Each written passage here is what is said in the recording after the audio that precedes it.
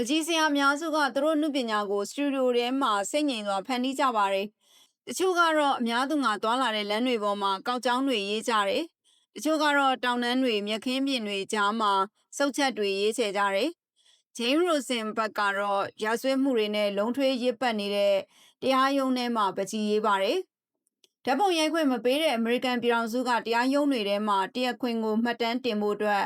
ပကြီးစရာတွေကိုထားရှိကြရပါတယ်။ဂျိမ်းဟာအဲ့ဒီပကြီးစရာတွေထဲကတဦးဖြစ်ပါတယ်။သပင်ကောက်ကောက်မျက်လုံးတောက်တောက်နဲ့မျက်မှန်တက်ထားတဲ့သူမကိုယ်တိုင်က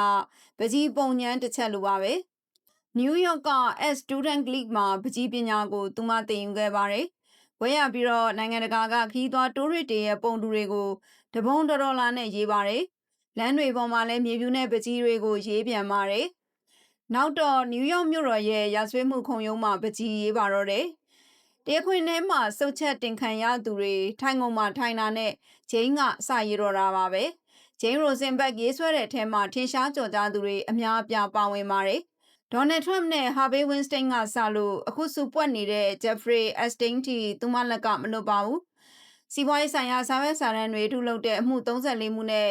ဒေါ်နယ်ထရမ့်တရားရုံးရောက်လာတာကိုဂျိမ်းကကောင်းကောင်းမှတ်မိနေပါတယ်။ကျမလက်တွေကကျမအုံနောက်ထက်တောင်ပုံမြန်သေးတယ်ခဏနေတော့ရေးပြီးသွားတာပဲလို့သူမကစမြုပ်ပြန်ပါတယ်ဒေါ်နယ်ထရမ့်တရားရုံးထဲကိုဝင်မလာခင်မှာဂျိမ်းကကြိုရောက်နေပြီးတော့နောက်ခံမြင်ကွင်းတွေကိုရောင်စုံခဲတောင်တွေနဲ့ကြိုရေးထားတာပါထရမ့်ရောက်လာတဲ့အခါမှာတော့ပုံတူကိုသူမချက်ချင်းကောက်ရေးပါတော့တယ်အဲ့ဒီပုံချမ်းကိုအမြန်ရေးဖို့9မိနစ်လောက်ပဲချိန်ရတယ်လို့ကျမထင်တယ်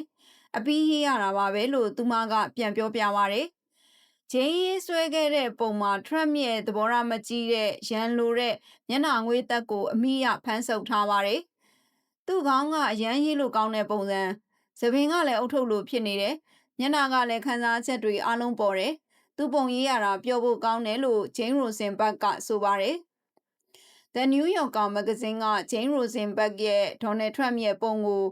မျက်နှာဖုံးမှာဖော်ပြခဲ့ပါတယ်။မဂ္ဂဇင်းရဲ့သမိုင်းမှာပထမဆုံးကြိမ်တရားရုံးမှာရေးတဲ့ပကြီးကားကိုမျက်နှာဖုံးဖြစ်သုံးခဲ့တာပါဓာတ်ပုံရိုက်ခွင့်မပေးတဲ့တရားရုံးတွေမှာပကြီးမှတ်တမ်းတွေကအများပြည်သူအတွက်သူတို့စိတ်ဝင်စားတဲ့အမှုတွေကိုကြည့်ရှုဖို့တကားပေါက်တွေဖြစ်ပါတယ်တရားရုံးပကြီးဆရာတွေကသူတို့ရဲ့လက်ရာတွေကိုသတင်းစာတွေစီပြန်လည်ရောင်းချကြပါတယ်မာဖီးယားခေါင်းဆောင်ဂျွန်ဘော်ဒီကိုခုံရုံးမှာပကြီးရေးလိုက်တာကလည်းလူတွေကြားထဲပေါက်သွားခဲ့ပါသေးတယ်အရွယ်မရောက်သေးတဲ့ကလေးငယ်တွေကိုပြည်တစားလုံးမှုမှာပါဝင်တဲ့ဂျက်ဖရိန်အက်စတိန်ရဲ့အမှုတွေဂီလိန်မက်စ်ဝဲလ်ကိုလည်းဂျိမ်းကပုံရေးခဲ့ပါတယ်။မက္ကဆီကိုကကမ္ဘာအကြီးဆုံးမူရစ်ရာဇာအက်ချာပိုကိုစမင်းလိမ်မှုရေးရာရှုပ်ထွေးတဲ့အမှုပညာရှင်ဘီကရော့စပီဗတ်တယ်ဖွဲ့ကဂျွန်လန်နွန်ကိုလှုပ်ကြံတဲ့မက်ဒေးဗစ်ချက်မင်းတို့ကိုလည်းသူမကမှတ်တမ်းတင်ခဲ့ပါတယ်။သူမရေးတဲ့အထဲမှာဂျော့ဖလိုက်သေဆုံးမှုမှာတာဝန်ရှိတဲ့ရဲဝန်ထမ်းဒဲရက်ချော်ပင်လည်းပါဝင်ပါတယ်။ဂျိမ်းရဲ့အတွေ့အကြုံမှာမှတ်တရဖြစ်စရာတွေလည်းရှိပါတယ်။မာဖီးယားကောင်ဆောင်ဂျွန်ဘော်ဒီကသူ့ရဲ့မိနစ်ထက်ကိုထဲ့မရေးဖို့ဂျိမ်းရိုစင်ဘတ်ကိုတောင်းဆိုခဲ့တယ်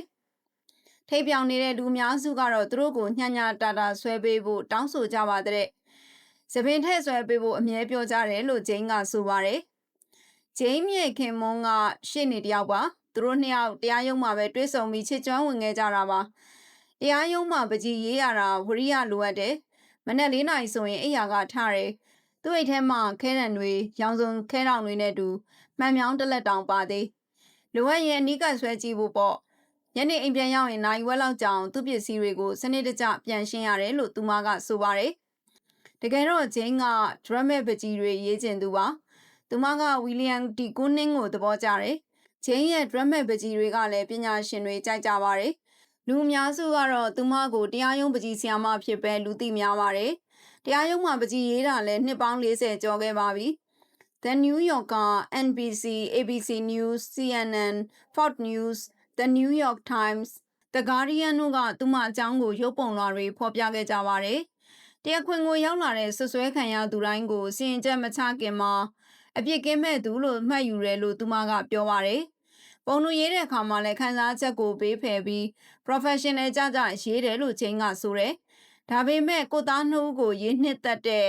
တောင်ကယ်ရိုလိုင်းနားကဆူဇန်စမစ်ရဲ့အမှုမှာတော့ခန်းစားချက်ကိုမထိန်ချုပ်နိုင်ခဲ့ဘူးလို့သူမကရင်ဖွင့်ပါတယ်။စိတ်သိမ့်မလို့ရှောင်းကျမထိန်တယ်။ရေးနေတဲ့ပုံပေါ်ကိုမျက်ရည်တွေကျသွားရင်မကောင်းဘူး။ ကြောက်စရာတွေကိုအများကြီးကြားခဲ့ရပါတယ်။မှုခင်းဓာတ်ပုံတွေကိုလည်းအများကြီးကြည့်ဘူးပါတယ်လို့သူမကဆိုတယ်။42နှစ်လောက်လူဆိုးတွေနဲ့အဖြစ်ဆိုးတွေကိုတွေ့ခဲ့ရတာပေါ့